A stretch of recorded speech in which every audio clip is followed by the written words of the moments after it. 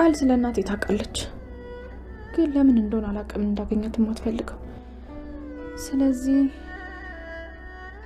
አመጣች።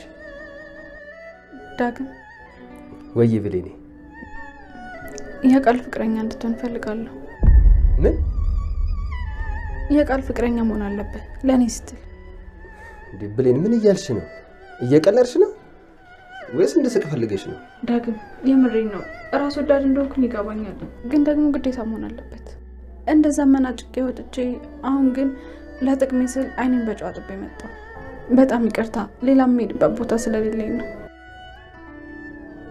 ብሌን ምን ሆነሽ ነው? እናቴን አግኝቼ ማቀፍ ፈልጋለሁ። የእናትን ናፍቆት ደግሞ ከኔ በላይ አንተ ታውቃለህ። ወላጅ እናቴን ማግኘት አለብኝ። ከዚህ በላይ በሳ ናፍቆት መጎዳት የለብኝም።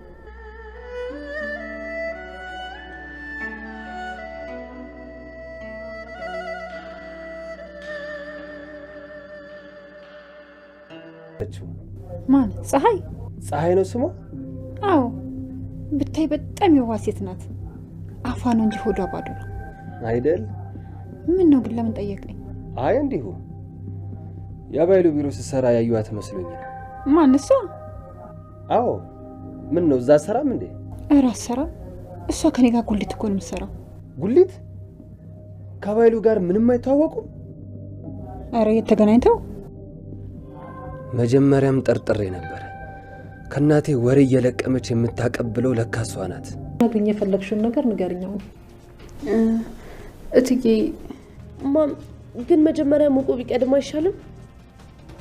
ምንድነው ታልቃ የምትገቡት? አንቺ ማጎትሽን ብሌን እንዳታናገረኝ ፈልጋችኋል። ምንድነው የምትዩት? እኛ ለምን እንደዛ እንፈልጋለን? በእርግጥ አንዳንድ ሰዎች ነገሩን ካደረጉ በኋላ ነው የሚያስቡበት። ያደረጉት ነገር በራሳቸውና በቤተሰባቸው ላይ ምን እንደሚፈጥር እንኳን አያውቁም። ሰላም ሰላም፣ ውዴ ቻናል ቤተሰቦች እንዴት ናችሁልኝ? እንኳን ወደ እኔ ዩቲዩብ ቻናል በሰላም መጣችሁ። እንዴት ናችሁልኝ? አደራ ድራማ ዛሬ ማጓጊነቱን እንደቀጠለ ነው። እንግዲህ በባለፈው ክፍል ላይ ሄለን ለሰላም እውነቱን እናገራለሁ ብላ እንግዲህ ወደ ሳሎን ሂዳ ነበረ። እናም የተኛ ሰው ሳሎን ላይ ነበረ። እናም እሷ እንግዲህ እቺ ሰው ሰላም ናት ብላ መጀመሪያ ሰላም ተኝታ እንደነበር ስለምታውቅ ቤት ውስጥ እንደተኛች ታውቃለች። የት እንደተኛች ባታውቅም በዛ ላይ ደግሞ ቃል በፍጹም ሶፋ ላይ ትተኛለች ብላ አትጠብቅም። እና እንግዲህ ለሰላም ሄዳ በእርግጥ ጥፋተኛዋ እሷ ናት። እንግዲህ ከመጀመሪያው ጀምሮ ጥፋት አጥፍታለች። ለመናገር በጣም ቸኮለች። ነገሮችን ማገናዘብ አልቻለችም። እና ሄዳ እንግዲህ ሰላም ብላ አቤት ሳትላት ሳትነሳላት ብሌን ያንቺ ልጅ ናት ብሎ መንገር ማለት ራሷ እንዴት አድርጋ ወጥመድ ውስጥ እንዳስገባች እንግዲህ ተመልከቱ። አሁን ላይ ለራሷ አይደለም ለብሌን ለራሷ ራሱ መሆን እየቻለች አይደለም። እንግዲህ ሄለን ሩጣ መጀመሪያ ሳሚ ይህን ነገር ለማንም እንዳትናገሪ ሚስጥር አድርጊውና ለብሌን እነግራታለን። ነገር ግን ሰላም ብሌን እናት ናት። ቃል በገዛ እናቷና በገዛ ቤቷ ውስጥ ሆና ነው እንደዚህ የምታሰቃያት ብሎ ሚስጥሩን ግን አሁን ላይ እንዳትናገሪ ወዮልሽ ብለዋት ነበረ። እንግዲህ አስቡት። እሷ ግን ለብሌን ጓጓችላት። ጥሩ ልብ ነው ያላት ሄለንና በገዛ ቤቷማ እንደዚህ እንድታሰቃያት አልፈቅድላትም። ብሌን ደግሞ ባለውለታዬ ናት፣ ህይወቴን ታድጋልኛለች ብላ እንግዲህ ሄዳ ይህን ነገር ተናግራ ነበረ። ከመጀመሪያውም ጀምሮ ቃልን ስትዋሻት ቃል እንደምታውቁት የሄደችበትን ዓላማ ጠንቅቃ የምታውቅ የሰዎችን እያንዳንዱ እርምጃ የምትከታተል ሰው ናት። እና እኔ መታጠቢያ ቤት ነኝ ብላት እሷ ግን ወደ ብሌን ክላስ ነበር የሄደችውና ቃልንሽ ልሸወድኩ ብላ ነበረ። ልብስ ቀይሬና እንውጣ ዛሬ በጣም ደስ ብሎኛል ምናምን ብላት ቃል ምሽ ብላ ስታበቃ ግን ቆም ብላ አሰበች። ግን እኮ መታጠቢያ ቤት በዚህ ነው፣ እሷ ደግሞ ሄደችው ወደ ብሌን ክፍል ነው። እንዴት ነው ይሄ ነገር ብላ ተከትላት ነበረ። በሰዓቱ ደግሞ እንግዲህ ብሌን በትንሽ ነገር አኩርፋት ስለነበረ ነገሩን አላዳምጥሽም ስለ እናትሽ ነው እያለቻት፣ እኔ ግን አላዳምጥሽም ብላ እንግዲህ እምቢ ብላ ከክፍሏ ገፍትራ አስወጥታታለች። ያን ነገር ደግሞ ቃል እየተከታተለች ስለነበረ አሁን እሷ እምቢ ካለቻት ሄዳ ለሰላም ትነግራታለች ብላ ቃል ጠርጥራ ነበረ። ስለዚህ ያላት አማራጭ እሷን መፈተን ወይም ደግሞ ሰላምን መስላ ሄለን የብሌን እናት ማን እንደሆነች አልተናገረችም። ስሟን ስላልተናገረች ምን አይነት ወሬ አግኝታ ነው ብላ ለማወቅ ስለፈለገች መጀመሪያ እንግዲህ ልጅቷን የሆነ ነገር ለማድረግ የምታውቀውን እውነት ማወቅ አለባት እና እንደምታዩት እንግዲህ ሰላምን መስላ ሆን ብላ ሶፋ ላይ ተኝታ ነበረ። ቃል ወዲያው ቀድማ ነበር ሄደችው። ምክንያቱም ሄለን ብሌን እንደማሳመን ብትሞክር ዓይንሽን ላፈር ብላ ብሌን ስታስወጣት ከክላሷ ስላየች፣ ስለዚህ ቀጣይ የምትሄደው ወደ ሰላም ነው ብላ ስለፈራች ነበረ ይህን ድራማ የሰራችው። እናም በመጨረሻም እንግዲህ ቃል ሶፋ ላይ ተኝታ ሄለን ሄዳ ሰላም ብላ እንግዲህ አቤትም ሳትላ ሳትነሳም ነበር ይህን ነገር የተናገረችው። ያም ደግሞ ራሷን ትልቅ ወጥመድ ውስጥ አስገብቷታል። የብሌን እውነት ሊወጣ ትንሽ ጫፍ ደርሶ መልሶ እንግዲህ እንዲዳፈን ሆኗል ማለት ነው። ምክንያቱም እውነቱ እንዳይታወቅ አሁን ላይ እነሱ እየሸፋፈኑት ስለሆኑ መጀመሪያ ላይ ተዘናግተው ነበረ።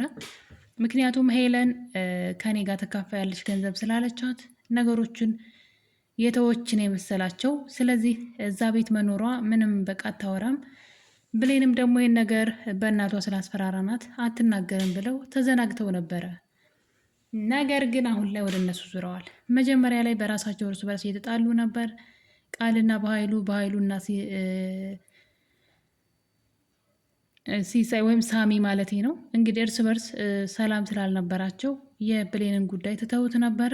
ነገር ግን ሄለን አሁን ላይ ነገሩን ነካክታ እንግዲህ ሌላ ችግር አምታለች እና እንግዲህ ከዛ ይህን ነገር ተናግራ እንግዲህ ስትነሳ ግን ቃል ነበረች። ሰላም ለአጋጣሚ ቤት ውስጥ አልነበረችም። በዚህ የተነሳ እንግዲህ ሁለቱ ይጨቃጨቃሉ። አንቺ መሰሪ ሚስጥሬ ልታወጭ ነበረው እያለች ስትላት ብሌን ወደ ሳሎን ስትሄድ ሲጨቃጨቁ ታዳምጣለች። እናም በሩን ከፍታ እንግዲህ ብሌን የሚያወሩትን ሁሉ ሰምታለች። ብሌን እናቷን እነግራታለሁኝ፣ አንቺና በኃይሉ የምታደርጉትን ነገር ሚስጥራችሁን አጋልጣለሁ። ብሌን ባለውለታዬ ናት፣ ስለዚህ እነግራታለሁኝ። ታያለሽ አንቺ ክፉ እያለች እንግዲህ ለብሌን ይሄ አይገባትም እያለች ነበረ ብሌን ማለት ነው፣ ለሄለን ማለት ነው።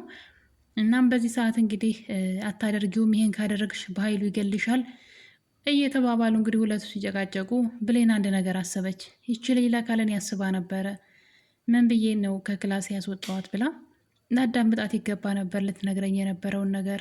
ግን ምን ዋጋ አለው፣ ጅብ ከሄደ ውሻ ጮኸ ነውና ከረፈደ በኋላ እንግዲህ ብትጃጃል ምንም ለውጥ የለውም እና መጀመሪያ ላይ ያለ ምንም ነገር በሰላም ልንገርሽ ብላት ነበረ። ለዚህ ነገርም የብሌን እንዝላልነት እጇ አለበት። መጀመሪያውኑ አዳምጣት ቢሆን ኑሮ ጥሩ ነበረ። ነገር ግን ነገሩ ሌላ ቦታ ደረሰ። ብሌንም ከረፈደ በኋላ ልጅቷ የሆነ ትልቅ ሚስጥር እንደያዘች ገብቷታል እና ብሌን አሁን ላይ ነቅታለች። ስለ እናቷ ማሰብ ጀመረች እንደ አዲስ። ሄለን እናትሽን አውቃታለሁ ወይም ስለ እናትሽ ልንገርሽ ብላ ካለቻት ሰዓት ጀምሮ ስለ እናቷ ማሰብ ጀመረች ብሌን።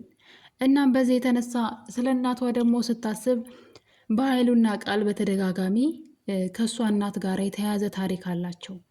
የእናቷ እንዳታገኝ የሚያደርጉት ጥረት፣ እናቷን ትክክለኛ እናቷ እንዳታገኝ የውሸት እናት ሲያመጡላት፣ ብቻ ብዙ ድራማ በዙሪያዋ ሲሰሩ ለምንድን ነው ብላ መጠየቅ ጀምራለች። ለምንድን ነው በኃይሉና ቃል ከኔ እናት ጋራ ምን አገናኛቸው? በእነሱ ዙሪያ የኔ እናት ምን ትሰራለች? የሚል ወደ አእምሯ ጥያቄ እየመጣ ነው።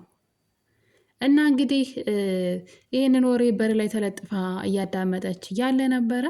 አቶ በኃይሉ ደግሞ ከገነት ጎረቤት ጋራ በር ላይ እያወራ ነበር። እንግዲህ የገነት ጎረቤት በጣም አደገኛ ሴት ናት። ለገንዘብ ብላ ነው፣ ሌላ ትርጉም ትርፍ የላትም። ግን ለገንዘብ ብላ ህሊናዋን በመሸጥ እንግዲህ እህቴን ላግኝ ብላ ወጥታ እነ ሰላም ቤት በር ላይ ነበረ የተገኘችው።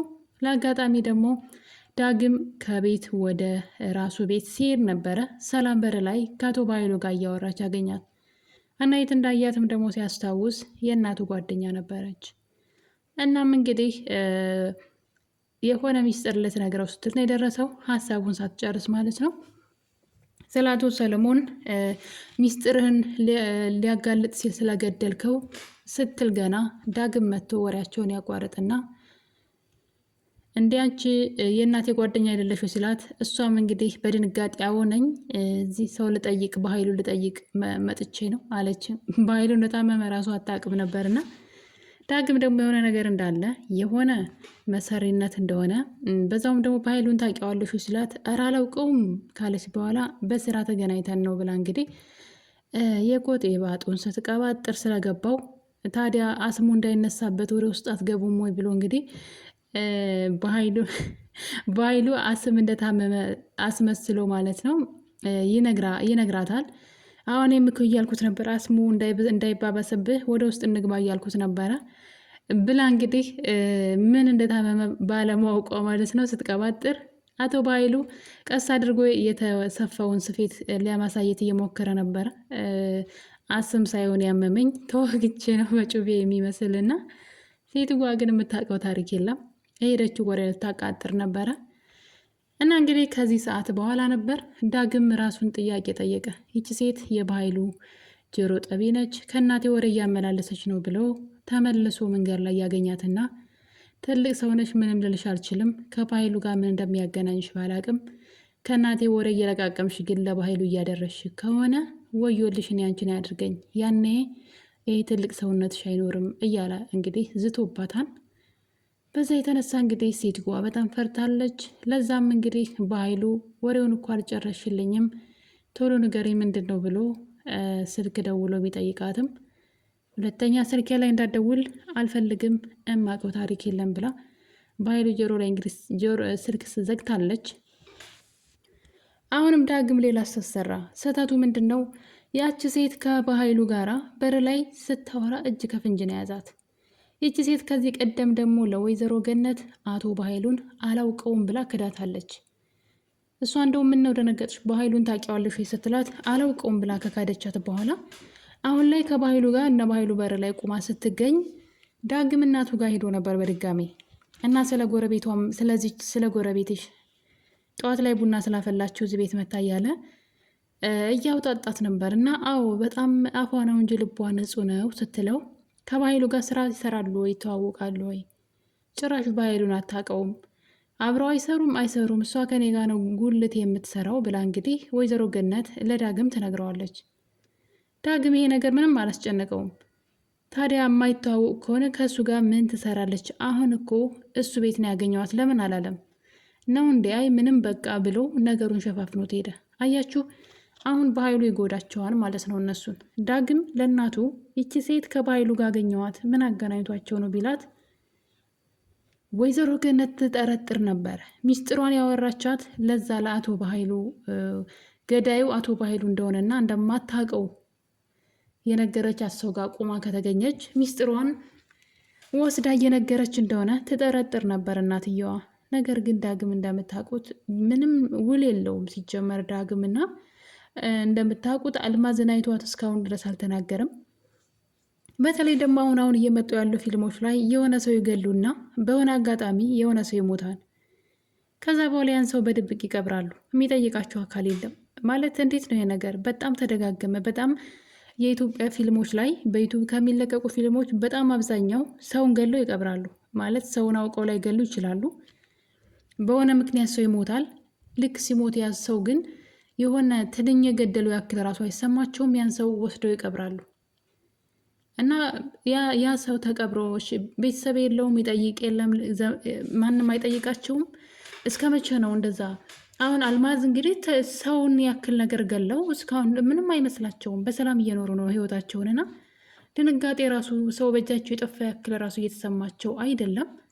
እና ይሄ በጣም ትልቅ ነገር፣ በጣም በቃ የማይታመን ነገር ነው። እሷ በህይወት አለች ማለት እና ለምንድን ነው ዳግም ይሄን ነገር የተወው? አይተዋት እንዳላያት ዝም ያለው አስቡና። ለምን እንደሆነ አላውቅም፣ ግን ተደጋጋሚ ሰዎችን ገለው ይቀብራሉ። ከዛ ምንም አይመስላቸውም። ትንኝ የገደሉ ያክል ራሱ ስሜታቸው አይነካም። ብቻ እንዴት እንደሆነ አልገባኝም። ምን ሊያስተምሩን እየፈለጉ እንደሆነ አላውቅም። የሰው ነፍስ በዚህ መጠን ረክሷል እንዴ? ሰላም እኮ አይኖርም እንዴ? ሰው በእጃችሁ ሞቶ እንዴት ነው በሰላም የምትኖሩት? እንዴት ነው? ቅዠቱ ራሱ እኮ አያስኖራችሁም። እና እነዚህ ጋር ግን እንደዛ አይደለም። ጭራሽ ያያትን ሴት እንግዲህ ሰው ሙታለች፣ ነገ ላይ ሰላም እሱም እጁ አለበት ስለነካካ ማለት ነው እስር ቤት ብትገባ ይሄ ትልቅ ነገር፣ በቃ ይሄ ነፍስ በመግደል ዘላለም ታስራ የምትቀርበት ወንጀል ነው። እና ለምንድን ነው ዝም ያለው? ማለት በጣም ነው የተገረምኩትኝ። ያየው በቃ አለቀ አለፈ። እና የዳግም ምን እንደሆነ አላውቅም። እንግዲህ የዳግም ተግባሩ ምን እንደሆነ እዚህ ድራማ ላይ አይገባኝም። ስለምንም ነገር ሲታገል እያየሁት አይደለም፣ ስለምንም ነገር እና ሲጃጃል ብቻ ነው እያየሁት ያለሁት። እና እንግዲህ ይህን ነገር እንዳያችሁት ስለ አልማዝ ምንም ሳይመስለው ምንድነው ያየሁት ነገር ብሎ ሳይደነግጥ ምን ሳይል ረሱታን ትቶታል ከነመፈጠሩ። ሌላው ስለ ብሌን ታሪክ ራሱ በዚህ ቀደም ሰምቶ ነበረ። ለመጀመሪያ ጊዜ አቶ በኃይሉና ቃል ሲገናኙ ስለ ብሌን አውርተው ነበረ። ነገር ግን ብሌን በሰዓቱ ቤት አልመጣችም። ቤት ተቀጥራ ለሰራተኝነት አልመጣችም። ነገር ግን ብሌን ማናት ብሎ ራሱን እየጠየቀ ነበር። ከሰዓታት በኋላ ግን ብሌን እዛ ግቢ መታ አብራ አውርተዋለች። ስሟንም ነግራው አስታወሰ። በኃይሉ ስለ እሷ ነው እንዲያወራው እያለ ነበረ። አሁን ላይ ግን ምንም እንዳላወቀ ዝም ብሎታል። ታዲያ ለምን ሰማ? ምንም ጥቅም ከሌለው እንደዛ ቁሞ ሰምቶ አስታውሶ፣ ነገር ግን አሁን ላይ ጥቅም ላይ አላዋለውም። ለምንድን ነው ይህን ነገር የሰማሁት ያኔ ብሎ ዞር ብሎ ማሰብ አይፈልግም። እና አሁንም በድጋሚ የእናቱ ጓደኛ ተብዬዋ ያደረገችውን ጥፋት ከባድ ጥፋት ነው እና ሚስጥር አትንገሪያት ወይም ደግሞ ከባይሉ ጋር እየዋት ብሎ በደንብ ቢነግራት ጥሩ ነበር። አሁንም ለእናቱ ሳይነግራት ዝም ብሎ ሄደዋል። ይሄ ነገር በኃይሉ ደግሞ እነሱን አሁን ለማጥፋት ይዘጋጃል ማለት ነው። ሌላው እንግዲህ ሄለን ጠፍታለች። ሄለን የት እንደደበቋት በኃይሉና ቃል አይታወቅም። ሚስጥራቸውን እንዳወቀች እና ለሰላም ለመናገር እንደፈለገች ካወቁ በኋላ ብሌን ወደ ሱቅ ልከው ልጅቷን ምን እንዳደረጓት አይታወቅም። ብሌን ከዛ ስትመለስ መጀመሪያውንም ሆን ብለው እንደሆነ ሱቅ እንደላኳት ስላወቀች ሩጣ ወደ ቤት ተመልሳ ልጅቷን ብትፈልግም ሄለንን ልታገኛት አልቻለችም። ሄለንን አምጦ የት ነው ያደረጋችኋት? ያለዛ ሚስጥራችሁን ለሰላም እናገራለሁ እያለች ብሌን እያስፈራራቻቸው ትገኛለች። ነገር ግን እነሱ ግን በእናቷ በድጋሚ እያስፈራሯት ይገኛሉ። አቶ በኃይሉ እናቷን እንግዲህ ተከታተሏት እና ሳዛችሁ የሆነ ነገር ታደርጋላችሁ ብሎ አሁንም በወይዘሮ ገነት እያስፈራራት ይገኛል።